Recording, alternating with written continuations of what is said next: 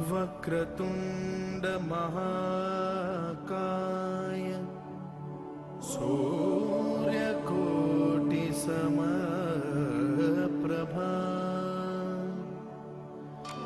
निर्विघ्नं कुरु मे देव सर्वकार्येषु सर्वदा।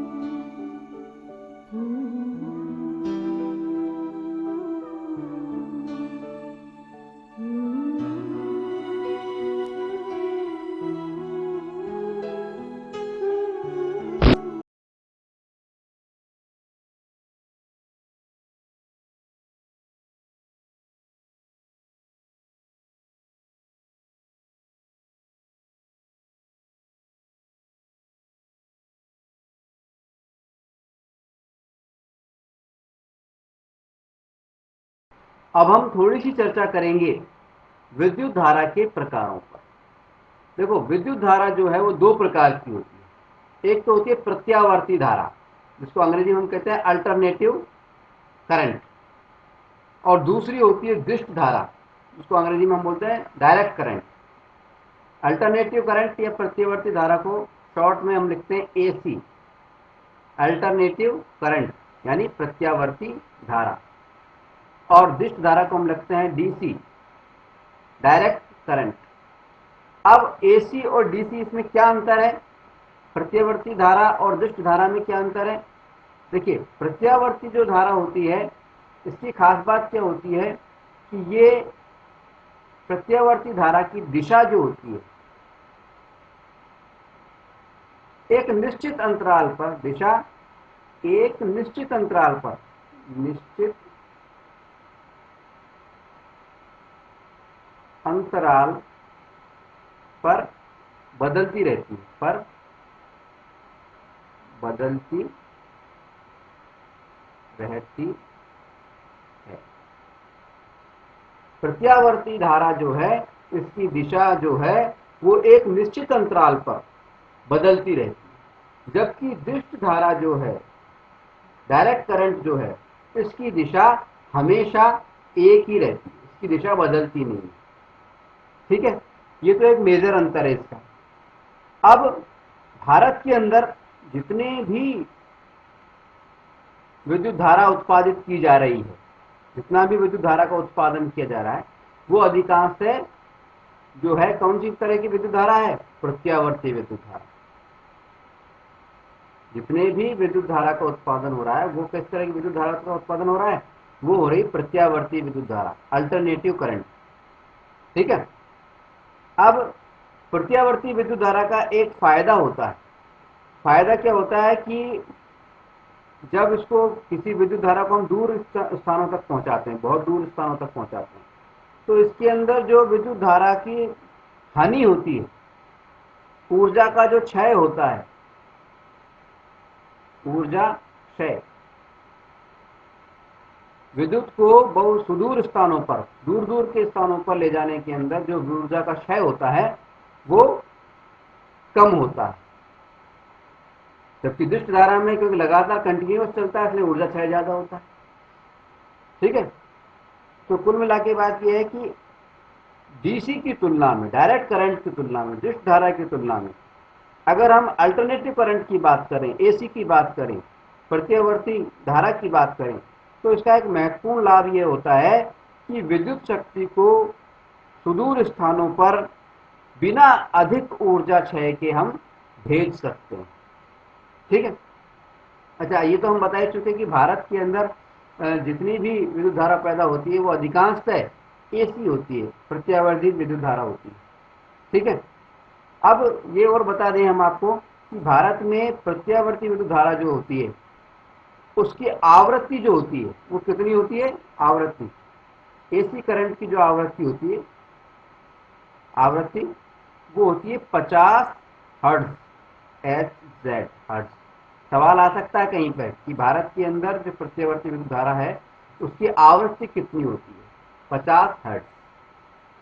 50 हर्ट्ज आवृत्ति होने का मतलब ये है कि भारत के अंदर जो विद्युत धारा आ रही है वो 1 सेकंड के 100वें हिस्से में, 1/100 सेकंड के अंदर, यानी 1 सेकंड के 100वें हिस्से में अपनी दिशा बदलती है। ठीक है, हमने कहा था कि प्रत्यावर्ती जो धारा होती है उसकी दिशा जो होती है एक निश्चित अंतराल पर बदलती है। भारत में ये अंतराल कितना है? 1/100 सेकंड। इसका मतलब क्या हुआ? 1/100 सेकंड का मतलब 1 मिनट के, वो 1 सेकंड के 100वें हिस्से के अंदर,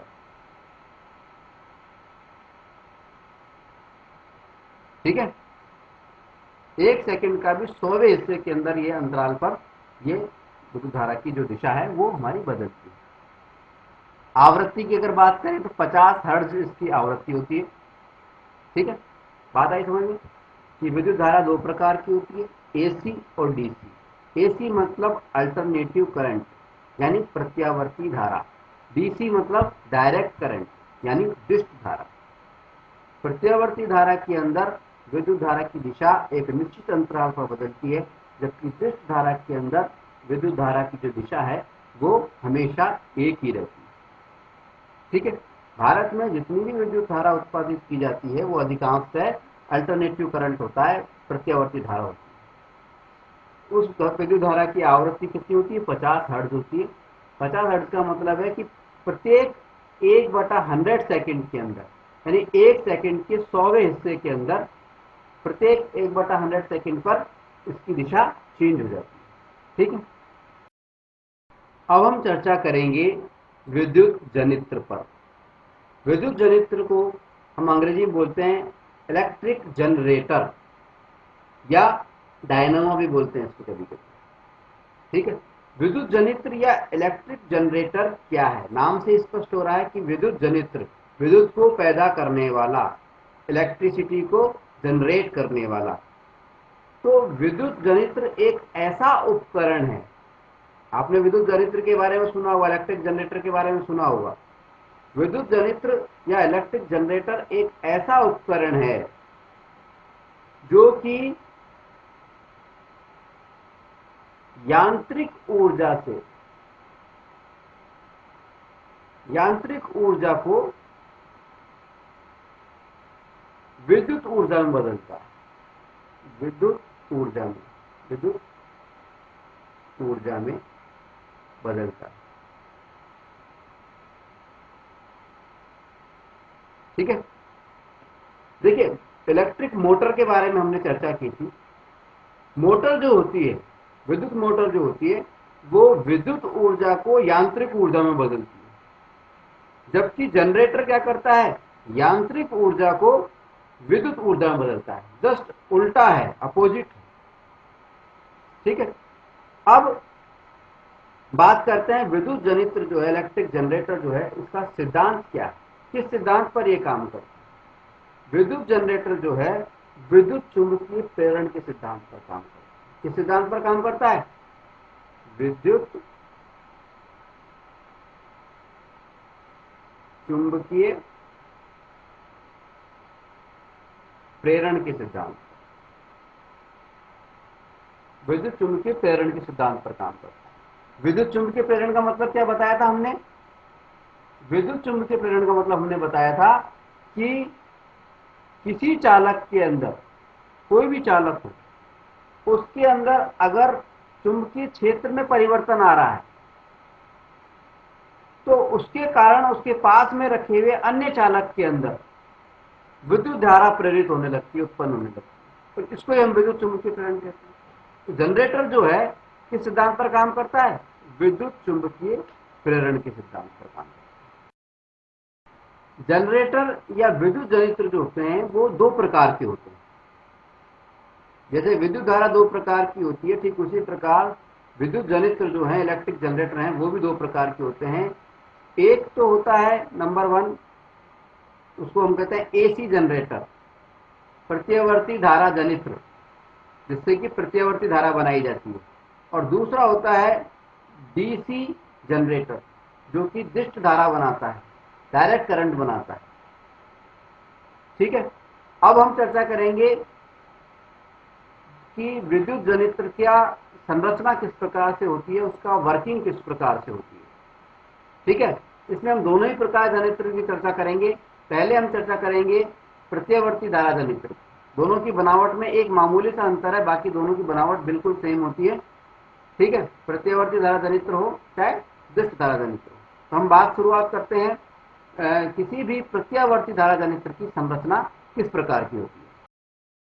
जहां तक प्रत्यावर्ती धारा जनित्र के संरचना की बात है, प्रत्यावर्ती धारा जनित्र में एक क्या होती है? एक कुंडली होती है। देखिए, चुंबकीय क्षेत्र पैदा करने के लिए दो चुंबक होती है, दो स्थायी चुंबक होती है, एक ये और एक ये। जैसा कि दूसरे चित्र में दिखाया गया है, एक चुंबकीय है, एक चुंबकीय है। ठीक है, दो स्थायी चुंबक होती है और इन दोनों स्थायी चुंबकों के बीच में घूर्णन करने के लिए एक कुंडली होती है, एक कुंडली होती है, ये वाली कुंडली। ठीक है, जैसे ये कुंडली, इस वाले चित्र में भी ये कुंडली दे रखी है। इस कुंडली का एक सिरा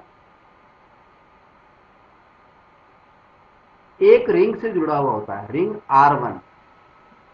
दो रिंग होती है, जिसमें एक R1 से जुड़ा होता है, दूसरा जो सिरा होता है वो दूसरी रिंग से जुड़ा हुआ होता है, R2 रिंग से जुड़ा हुआ होता है। ये रिंग R2 मान लीजिए, R2। ठीक है, ये जो कुंडली है इसका एक सिरा R1 रिंग से जुड़ा हुआ रहता है और दूसरा सिरा R2 रिंग से जुड़ा रहता है।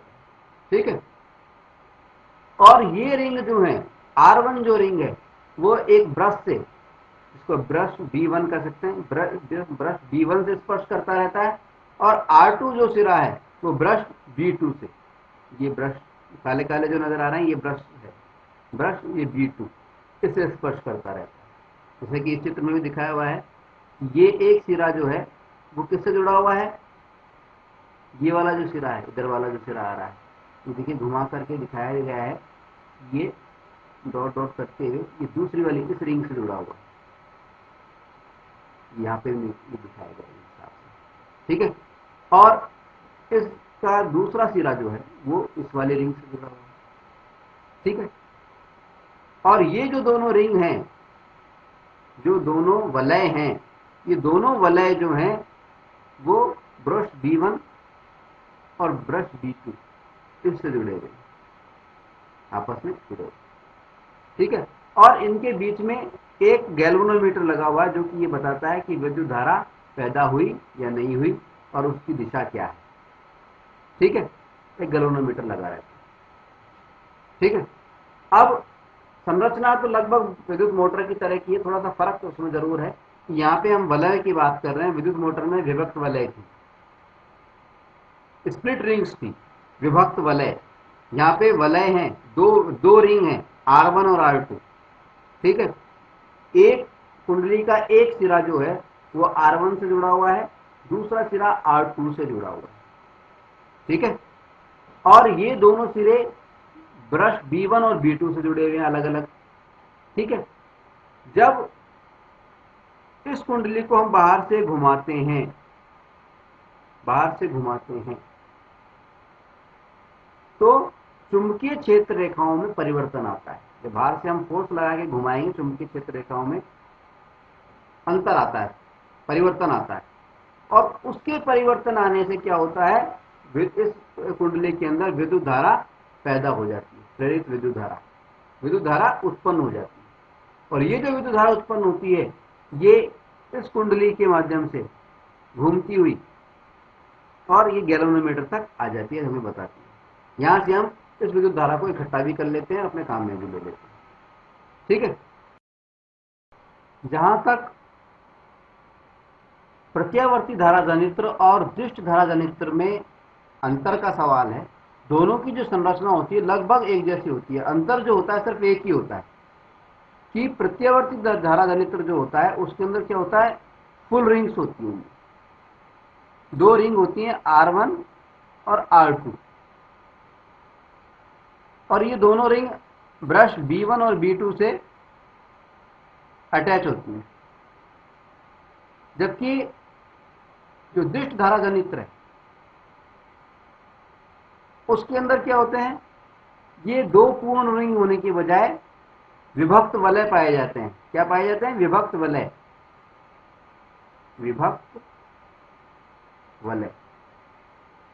साफ नजर आ रहा है, देखिए फुल रिंग नहीं है, आधी आधी विभक्त वलय है। और इस विभक्त वलय होने के कारण उसको हम कंप्यूटेटर भी बोल देते हैं। ये विभक्त वलय होने के कारण क्या होता है, विद्युत धारा की जो दिशा है वो बदलती नहीं है, विद्युत धारा की दिशा बदलती नहीं है।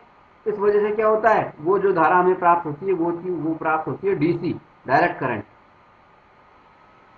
यहां पर हम जो रिंग का इस्तेमाल करते हैं प्रत्यावर्ती धारा जनित्र में, इसका मुख्य प्रभाव क्या होता है, इसका मुख्य प्रभाव ये होता है कि थोड़ी थोड़ी देर के अंतर पर विद्युत धारा की दिशा परिवर्तित हो जाती है। तो अगर हमें कोई ये पूछे कि प्रत्यावर्ती धारा जनित्र और दिष्ट धारा जनित्र यानी एसी जनरेटर और डीसी जनरेटर में मुख्य अंतर क्या है, वो अंतर है कि प्रत्यावर्ती जो धारा जनित्र होता है उसके अंदर तो वलय, 2 वलय पाए जाते हैं, जबकि दिष्ट धारा जनित्र के अंदर विभक्त वलय पाए जाते हैं, ठीक है। अब हम चर्चा करेंगे घरेलू विद्युत परिपथ पर, यानी डोमेस्टिक इलेक्ट्रिक सर्किट्स पर। घरेलू विद्युत परिपथ किस प्रकार के होते हैं, देखिए हम जानते हैं कि बिजली जो होती है वो कहां पर बनाई जाती है, पावर हाउस के अंदर। पावर हाउस, बड़े बड़े पावर हाउस होते हैं, उनके अंदर बिजली बनाई जाती है। वैसे ये जो टॉपिक है घरेलू विद्युत परिपथ, डोमेस्टिक इलेक्ट्रिक सर्किट, ये जो टॉपिक है वास्तव में हमारा जो इलेक्ट्रिसिटी वाला चैप्टर था 12वां नंबर का, उससे संबंधित है। विद्युत चुंबकीय प्रेरण से इसका कोई लेना देना नहीं है, लेकिन क्योंकि ये अध्याय 13 में दिया गया है इसलिए हम इसको कर रहे हैं। घरेलू विद्युत परिपथ के बारे में हम आपको बता दें कि हम जानते हैं कि विद्युत का उत्पादन जो होता है वो बड़े बड़े पावर हाउस में होता है।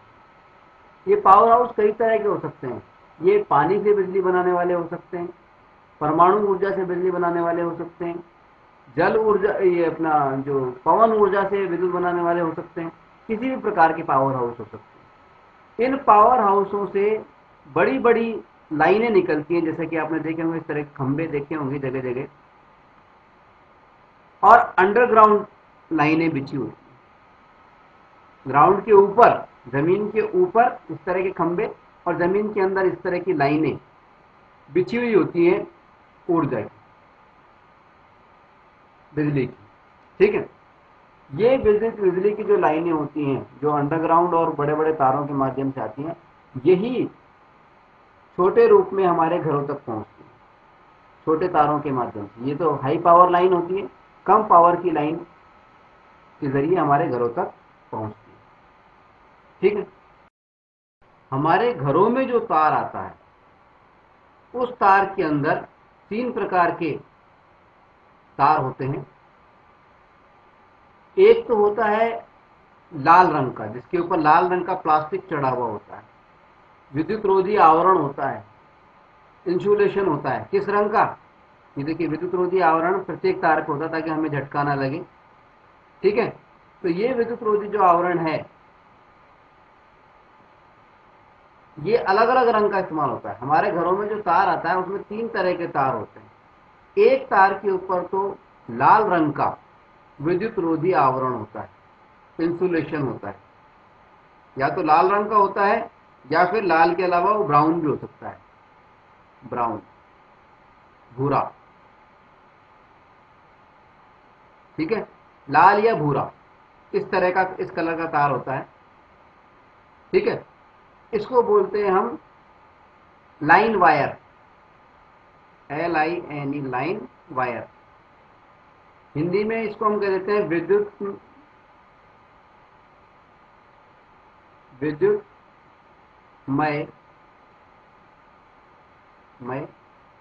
तार, सॉरी, लाइन वायर या विद्युन्मय तार। ये किस कलर का होता है? या तो ये आमतौर पे लाल रंग का होता है, कभी कभी ये भूरे रंग का भी होता है। ठीक है, और दूसरे तरह का तार होता है हमारा काले रंग का। ये काले रंग का भी होता है और कभी कभी इसको नीले रंग का भी बना दिया जाता है। ये जो वायर दिख रहा है आपको दूसरे रंग का, इसको हम बोलते हैं neutral wire, neutral, N, neutral wire. ये लाइन वायर है, एल बोलते हैं इसको, लाइन वायर। ये न्यूट्रल वायर यानी उदासीन तार, उदासीन तार। और तीसरा होता है जिसके ऊपर हरे रंग की कोटिंग होती है, हरे रंग का आवरण चढ़ा हुआ होता है, इंसुलेशन चढ़ा हुआ होता है। इसको हम बोलते हैं ग्राउंड वायर, ग्राउंड वायर, या हिंदी में इसको बोल देते हैं हम भू संपर्क तार, भू संपर्क तार। ठीक, देखिए भू संपर्क तार का क्या काम होता है? भू संपर्क तार किस तरह से काम करता है? देखिए, भू संपर्क तार का मतलब है कि इस तार का संपर्क भूमि से होता है। हमारी जो वायरिंग आती है उस वायरिंग में एक तार, ये भू संपर्क तार होता है जो प्रत्येक उपकरण के साथ में जुड़ा हुआ रहता है। मीटर के पास में आकर के एक बड़ा गड्ढा खोद करके और उस गड्ढे के अंदर एक धातु की प्लेट अंतिम छोर पे लगा करके और इसको गाड़ दिया जाता है भू संपर्क तार। इस भू संपर्क तार का मुख्य कारण क्या होता है, मुख्य फायदा क्या होता है कि अगर कभी भी शॉर्ट सर्किट हो जाए,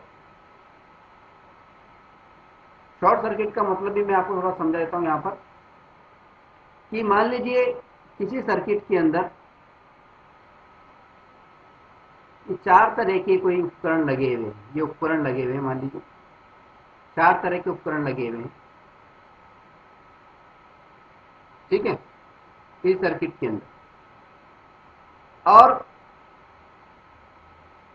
हमने मान लीजिए 5 एम्पियर की विद्युत धारा भेज रहे हैं। ठीक है, अब किसी कारण से मान लीजिए ये बीच में से, मान लीजिए जो हमारा तार था उसके ऊपर जो प्लास्टिक की कोटिंग होती है वो टूट गई, और टूट करके वो मान लीजिए हमारी लाइन वायर इससे टच हो गई, दूसरे वायर से टच हो गई, लाइन वायर से टच हो गई। हमारा सर्किट बनना था यूं पूरा जाकर के, ये हमारा लाइन वायर और ये हमारा न्यूट्रल वायर, सर्किट पूरा हो गया ये पूरा घूम करके। कभी कभी क्या होता है कि ये तार का ये जो ऊपर कवरिंग होती है, कोटिंग होती है, वो टूट जाती है, टूट करके आपस में जुड़ जाती है। इससे क्या होता है, जो परिपथ है, जो सर्किट है, ये छोटा हो गया। छोटा होने से क्या हो गया कि ये विद्युत धारा जो 5 एम्पियर की सब जगह जा रही थी वो इतने से एरिया में ही प्रवाहित होने लगे, यानी ओवरलोडिंग हो गई। और ओवरलोडिंग होने से क्या होता है कि हमारे उपकरण खराब हो सकते हैं, हमारे आग भी लग सकती है। ठीक है, तो ओवरलोडिंग की स्थिति में क्या होता है, ऐसी शॉर्ट सर्किट की स्थिति में क्या होता है कि अगर हमने भूसंपर्क तार का इस्तेमाल किया है, यानी अगर उपकरण से भूसंपर्क तार जुड़ा हुआ है, तो जो भी ओवरलोडिंग हुई है वो ओवरलोडिंग जो है उस भूसंपर्क तार के माध्यम से हमारी जमीन में चले जाती है, जिससे हमें झटका नहीं लगता है, हमें किसी प्रकार की हानि नहीं होती है। ठीक है, ये तो आई हमारी बात हमारे घरों में आने वाले तार के प्रकार पर। तार में 3 तरह के तार होते हैं जो घरों में आते हैं, हमने बताया। एक तो लाल या भूरे रंग का होता है, जिसको हम लाइन वायर बोलते हैं। ये एक्टिव, इसमें ये विद्युत वाला तार होता है, लाइन वायर है, ये मेन वायर यही होता है। दूसरा होता है हमारा काला, या कभी कभी ये नीले रंग का भी होता है, इसको हम बोलते हैं न्यूट्रल वायर, उदासीन वायर। ठीक है, ये लाइन वायर और न्यूट्रल वायर ये जुड़ करके ही किसी भी उपकरण को चलाते हैं। ठीक है, तीसरा होता है हरे रंग का, या कभी कभी ये पीले रंग का भी होता है। ये जो वायर होता है इसको हम बोलते हैं भूसंपर्क तार या ग्राउंड वायर। ये हमें कभी कभी शॉर्ट सर्किट वगैरह होते हैं, उस समय हमें जो क्षति होने वाली होती है उससे बचाने की कोशिश करता है। ठीक है, दूसरी बात, अब थोड़ी सी हम चर्चा करेंगे जो हमारे घरों में प्लग आपने देखा हुआ, सॉकेट आपने देखा हुआ, उसके ऊपर। इस सॉकेट के अंदर ये 3 छेद बने हुए होते हैं, आपने देखा हुआ, एक छेद ये है, एक छेद ये है, एक छेद ये। ठीक है, इसमें से ऊपर वाला जो छेद होता है ये होता है भूसंपर्क तार के लिए, ग्राउंड वायर के लिए। ये भूसंपर्क तार का होता है, जितनी भी वायरिंग जाती है उसमें से यहाँ पे भूसंपर्क तार जो है वो यहाँ जुड़ा रहता है। ठीक है, एक जो होता है लाइन वायर, वो इससे जुड़ा होता है, लाइन वायर। और एक जो तार होता है उसको हम कहते हैं न्यूट्रल, वो दूसरे वाले से जुड़ा होता है। एक न्यूट्रल हो गया, एक लाइन वायर हो गया, ये इससे जुड़ा रहता है, न्यूट्रल इससे जुड़ा रहता है। और एक जो ऊपर की तरफ होता है ये बीच वाला, इसको बोलते हैं भूसंपर्क तार या ग्राउंड वायर, ये यहाँ पे इससे जुड़ा हुआ है। ठीक है, 3 तरह के तार हमारे पूरे घर के अंदर घूमते हैं। ठीक है, कैसे घूमते हैं अभी थोड़ी देर बाद में बताएंगे हम आपको। फिर उससे पहले थोड़ी चर्चा हम कर लें फ्यूज के ऊपर। फ्यूज, ये फ्यूज का चित्र हमने दे रखा है। फ्यूज क्या होता है, हमने पहले आपको बताया पिछले लेसन के अंदर। फ्यूज क्या होता है, इसका मुख्य काम क्या है। फ्यूज का जो मुख्य काम है वो है अति भारण से हमें बचाना। अति भारण से जो हानि हमें हो सकती है, ओवरलोडिंग से, ओवरलोडिंग से जो हमें हानि हो सकती है उससे बचाना। अब ये कैसे बचाता है, देखिए, फ्यूज में एक तार होता है पतला, जिसका गलनांक काफी कम होता है। ठीक है, कोई भी सर्किट होता है उसके अंदर हम, कोई भी सर्किट है उसके अंदर मान लीजिए हमने एक फ्यूज को जोड़ दिया, यहाँ पर हमने एक फ्यूज को जोड़ दिया, यहाँ पे हमने कोई टीवी लगा रखा है मान लीजिए, इसको मान लीजिए 50 वाट की आवश्यकता है, 50 वाट इसकी क्षमता। ठीक है, 50 वाट से ज़्यादा आएगी तो टीवी खराब हो जाएगा, इसलिए इसको बचाने के लिए हमने यहाँ पर एक फ्यूज लगा दिया। जब भी 50 वाट से ऊपर की कोई बिजली यहाँ पर आएगी तो ये फ्यूज क्या होता है, ये पिघल जाता है। पिघलने से क्या होता है, ये संपर्क टूट जाता है, तार टूट जाता है। तार टूटने से जो हमारा सर्किट होता है ये अधूरा हो जाता है। सर्किट टूटने की वजह से क्या होता है, आगे जो बिजली है, इलेक्ट्रिसिटी है, विद्युत धारा जो है वो आगे प्रवाहित नहीं होती, जिससे हमारा टीवी बच जाता है। तो फ्यूज का जो मुख्य काम होता है वो होता है ओवरलोडिंग से हमारे उपकरणों को बचाना। ओवरलोडिंग से जो हमारे उपकरणों को क्षति हो सकती है उनसे हमें बचाए रखना।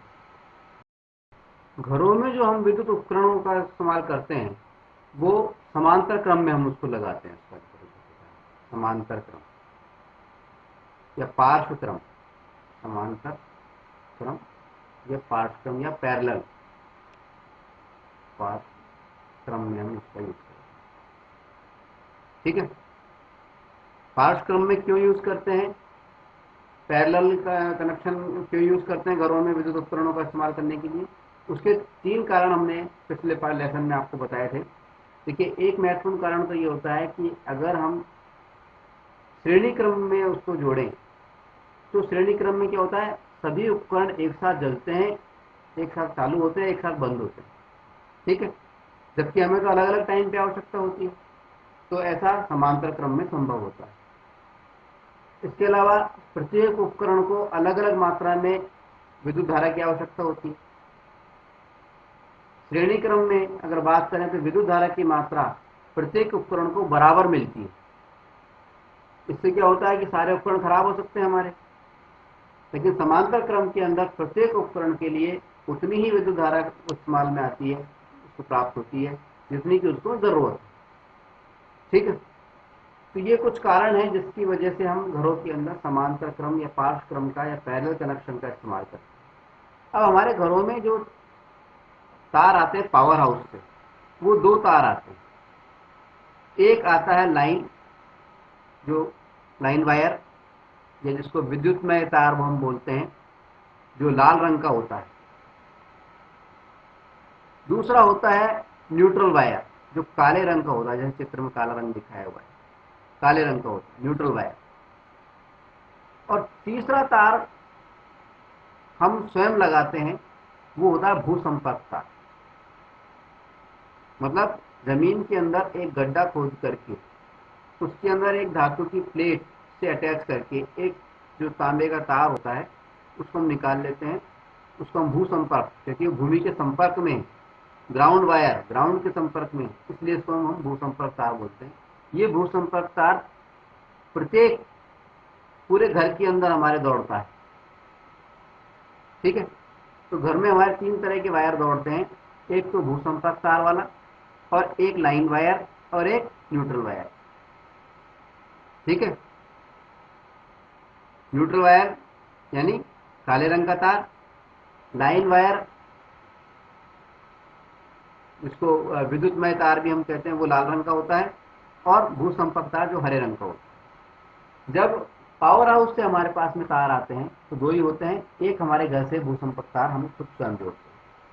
सबसे पहले क्या होता है, पावर हाउस से हमारे को जो तार आए हमारे पास में, वो दोनों तार कहाँ पर आते हैं, सबसे पहले मेन फ्यूज के अंदर आते हैं। देखिए मेन फ्यूज बॉक्स है, इसके अंदर आएंगे main fuse box. Line wire भी आ गया और न्यूट्रल वायर जो है वो भी आ गया, उदासीन तार भी आ गया। हमारे मुख्य फ्यूज के बाद में, मुख्य फ्यूज का इस्तेमाल हमने बता ही दिया कि अगर कभी पावर हाउस से ज़्यादा मात्रा में कभी भी कोई विद्युत धारा आ जाए अचानक, तो ये मुख्य फ्यूज उड़ करके हमारे घर के जो बाकी सर्किट है उसको हमें क्षतिग्रस्त होने से बचा सकता है। ठीक है, सबसे पहले जो तार आता है वो आता है हमारा मेन फ्यूज के अंदर। मेन फ्यूज के अंदर लाइन और न्यूट्रल वायर, दोनों वायर आ जाते हैं। ठीक है, मुख्य फ्यूज के बाद में ये आगे बढ़ते हैं और हमारे मीटर के अंदर जाते हैं दोनों तार। कौन सा, लाइन वायर और न्यूट्रल वायर। इसको फेस भी बोलते हैं, लाइन वायर को फेस भी बोलते हैं। फेस और न्यूट्रल दोनों वायर हमारे किसमें जाते हैं, इलेक्ट्रिक मीटर के अंदर। मीटर का काम क्या होता है, जितनी भी विद्युत धारा का उपयोग हमने किया है उस विद्युत धारा की मात्रा कितनी हुई है उसको नापना। ठीक है, ताकि बिजली विभाग अपना बिल हमें दे सके। ठीक है, अब मीटर से बाद में क्या होता है, ये दोनों तार जो होते हैं, मीटर के अंदर भूसंपर्क तार भी जुड़ा हुआ रहता है। ठीक है, इसके बाद में मीटर के बाद में ये दोनों तार और भूसंपर्क तार तो चल ही रहा है साथ साथ में। ठीक है, ये दोनों तार जाते हैं कहाँ पर, डिस्ट्रीब्यूशन बॉक्स के अंदर, वितरण बॉक्स के अंदर। यहाँ वितरण बॉक्स इसको इसलिए बोल रहे हैं कि यहाँ पर अलग अलग मात्रा में अलग अलग सर्किट यहाँ से निर्मित होते हैं, अलग अलग जगह के लिए।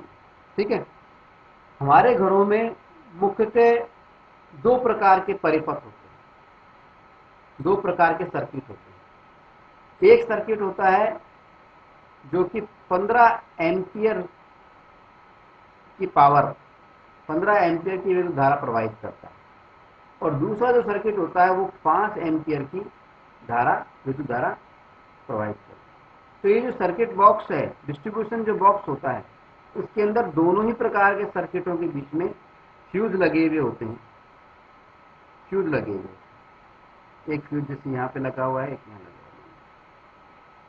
ठीक है, और फ्यूज लगे हुए होते हैं। इन फ्यूज का काम क्या होता है कि अगर 15 एम्पियर से ज़्यादा विद्युत धारा प्रवाहित हो रही हो तो ये फ्यूज उड़ जाए और हमारे आगे के उपकरणों को बचा ले।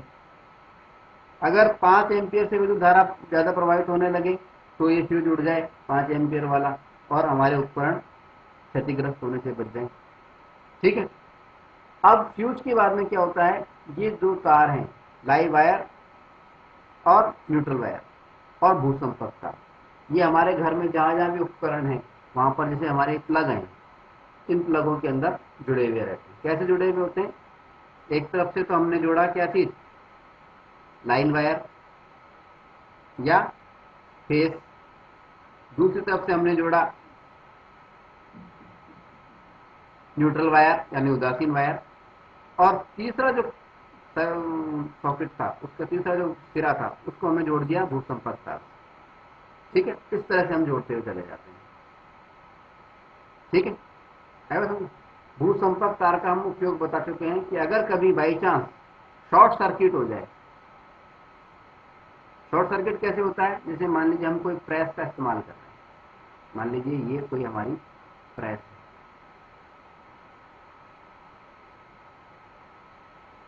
ये हमारी कोई प्रेस है, इसमें क्या है, एक भूसंपर्क तार ये पहले से ही धातु के टच कर रहा होता है और जुड़ा रहता है। अब इसमें प्रेस के अंदर लाइन वायर भी आ रहा है और न्यूट्रल वायर भी आ रहा है, भूसंपर्क तार भी जुड़ा हुआ है। ठीक है। कभी कभी क्या होता है कि जो लाइन वायर जो होता है ये हमारी प्रेस की जो धातु की प्लेट होती है उससे अटैच हो जाता है, जुड़ जाता है, जिससे क्या होता है, बहुत भारी मात्रा के अंदर विद्युत धारा इस प्रेस के अंदर आने लग जाती है। दोनों तार जुड़ गए, अटैच होते ही भारी मात्रा में विद्युत धारा आएगी। तो ये जो विद्युत धारा है ये इस भू संपर्क तार के जरिए निकल करके और कहाँ चले जाएगी, हमारे मीटर के पास में जो हमने ग्राउंड वायर का गड्ढा खोद रखा है उस जगह पर चले जाएगी और जमीन में चले जाएगी कुल मिलाकर। ठीक है। तो भूसंपर्क तार का हमारा जो मुख्य काम है वो है कि शॉर्ट सर्किट से हमें बचाना। फ्यूज का हमारा मुख्य काम क्या होता है, वो हमारा होता है अति भारण से बचाना, यानी ओवरलोडिंग से बचाना। ठीक है। तो भूसंपर्क तार का उपयोग मालूम चल गया आपको। ठीक। तो इस तरह से हमारे घरों में जो घरेलू विद्युत परिपथ होता है वो, उसमें हम बता दें आपको, 3 तरह के तार होते हैं, लाइव वायर या लाइन वायर और न्यूट्रल वायर और भूसंपर्क तार या अर्थ वायर, इसको अर्थ भी बोल देते हैं, अर्थ वायर भी बोल देते हैं, ग्राउंड वायर भी बोल देते हैं। ठीक है। दूसरी बात, घरेलू घरों के अंदर जो हम उपकरण लगाते हैं वो समांतर क्रम में लगाए जाते हैं, यह भी मालूम है। तीसरी बात, घरों के अंदर जो परिपथ होते हैं, 2 प्रकार के परिपथ होते हैं, एक 15 एम्पियर का और एक 5 एम्पियर का।